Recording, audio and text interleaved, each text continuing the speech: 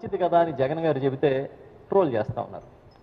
ఇంకా కడుపు మంట బ్యాచ్ చంద్రబాబుని పిచ్చిగా ప్రేమించే ఆంధ్రజ్యోతి రాధాకృష్ణ, చంద్రబాబు అంటే పడి చచ్చిపోయే ఆంధ్రజ్యోతి రాధాకృష్ణ కొత్త పలుకుని ఒకటి రాశాడు ఆయన. వారం వారం మా కర్మగాలి అలాంటి చెత్త పలుకులు చదువుతూ ఉంటాం, ఎందుకంటే మాకు పేపర్లు చదవడం అలవాటు కాబట్టి. ఆ పలుకుని ముందు రోజు టీవీలో వేస్తారు. ఆయన చెబుతున్నాడు, అంటే కడుపు మంటకి పరాకాష్ఠగా ఆయన రాసిన రాత ఏంటంటే,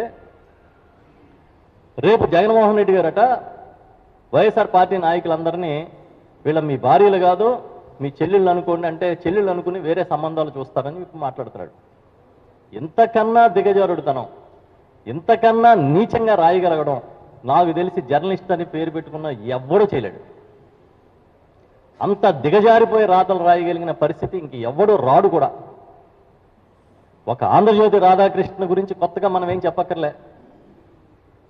ఉమ్మడి ఆంధ్రప్రదేశ్ అసెంబ్లీలోనే చర్చ జరిగింది ఏ స్థాయి నుంచి ఆయన ఎలా వచ్చాడు అని. ఆయన వచ్చి నీతులు చెప్తాడు, ఆయన రాస్తాడు చాలా భయంకరంగా.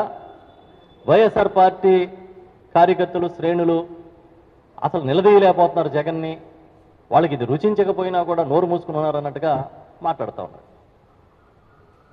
ఇదే కానీ నిజంగా ఏ చంద్రబాబు నాయుడు ఆలోచన అయితే అసలు ఆ ట్రంప్ ఎందుకు పనికిరాడని, ఎలన్ మస్క్ ఈయన దగ్గర పాఠాలు నేర్చుకున్నాడని, అసలు ఈయనకి ఉన్నంత తెలివితేటలు ఈ దేశంలో ప్రపంచంలో ఎవరికీ లేవని రాసి ఉండేవాడు.